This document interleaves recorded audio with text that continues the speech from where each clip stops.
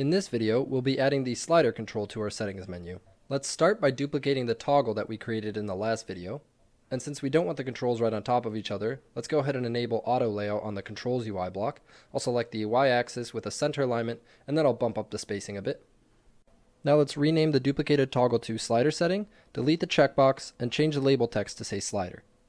Since the slider is going to have more than one visual element in it, namely it's going to have the slider as well as a label indicating the current value of the slider, to make things easier on ourselves, let's add a UI block called content, which will be the parent of both of these things. Now let's right align it, set the width to 50%, and expand the height so that it occupies the entire right half of the setting. But since we want to maintain a space of 50 units from the label like we have with the toggle, let's also set the left padding to 50. And finally, let's enable auto layout and set the spacing value to also be 50. Next, we're going to create the draggable area of our slider, so let's add a new UI block 2D under content, which we'll call slider. I'll set the width to 500, the height to 40, and the color to the backing panel color.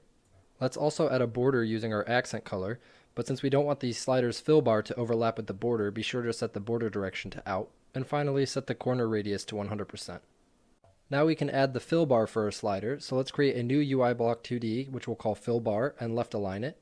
The width doesn't particularly matter right now because it'll be changed in code later, but for now just set it to 50% and expand the height. Then set the color to a toned down version of our accent color, round the corners to 100%, and add an inner shadow using our accent color. Finally, let's add the knob for our slider, so let's create one more UI block 2D under fill bar called knob and right align it. Then lock the aspect ratio and set the size to 70, and in order to get the center point of the knob to line up with the right edge of the fill bar, we need to offset the X position by half of the width, which in this case is 35. Then let's round the corners, set the color to white, and add a border and inner shadow using our accent color. And the last thing we need to add is the label that will display the current value of the slider. So let's duplicate the label text block, move it under content, and reduce the font size to 42. And with that, we've finished building out the visuals for our slider. Now we can move on to the implementation. Just like the toggle in the last video, there are a couple of types that we'll need to add to be able to use the slider with Nova's data binding system. So first, let's open up the settings data types file. And here, let's add a new class called float setting, which inherits from our base setting type. Then let's add a private float for the value, and the reason I made it private is because I'm also going to have a min and a max, so instead of exposing the value directly, I'll have a property which will clamp things to make sure the value is always within the valid range.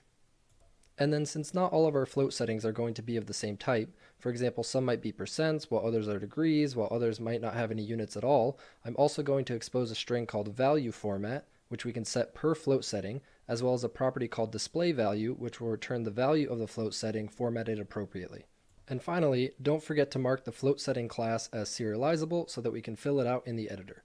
Now that we have the underlying data type for our slider, let's create the item visuals type. So back in Unity, create a new file called slider visuals. And here, make slider visuals inherit from item visuals, as well as mark it as serializable, and then expose a reference for the label, slider background, fill bar, and value label. And now if we switch back to Unity, we can add the slider visuals to our slider setting. Since we duplicated the toggle setting, we should already have an item view component on the root. So all we need to do is swap out the toggle visuals for the slider visuals, and then we can drag in our label, slider background, fill bar, and value label. And finally, the last thing we need to do before we can test our slider is write some gesture handling code. So let's open up our settings menu script. And here, just like with the toggle, let's add a temporary float setting to use as a data source, as well as a reference to the slider's item view. Then let's add a bind method, which takes a float setting as the data source, as well as an instance of the slider visuals. The bind method will update the label's text to be the setting name, the value label's text to be the setting's display value, and finally the fill bar's size to be the setting's value as a percent, which we can get by subtracting the setting's minimum from the value and dividing it by the range.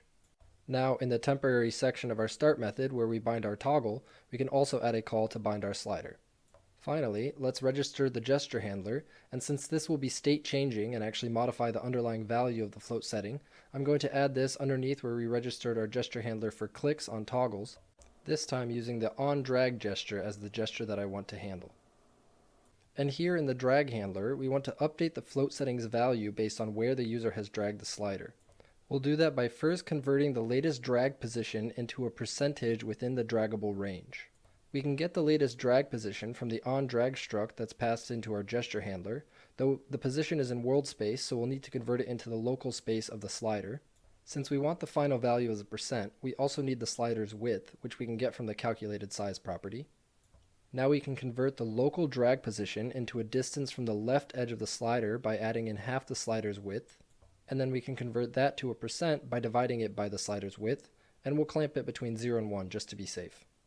And finally, we'll update the float setting's value by multiplying that percent by the range of the float setting and adding that to the minimum. And then we can update the fill bar's size with the new percent, as well as the value label's text with the new display value. And now if we switch to Unity, we can hook up these last few things and then test our slider. First, let's be sure to add the interactable component to the slider and mark it as draggable on the x-axis. And if you're wondering why I'm adding it to the slider and not the knob, that's because I want the entire slider area to be interactable and draggable. I don't want users to have to click on the knob exactly in order to change the value. Then let's go to our settings menu component and fill in the float setting as well as drag in the slider's item view. And if we play, we can see that the label now says volume and the slider and value label both updated to show the initial starting value of 75%. And if I drag the slider, I can update its value. And since I put the interactable on the slider instead of the knob, I can start dragging it from anywhere within the slider bounds. And with that, we've finished our slider. In the next video, we'll be adding the drop-down control.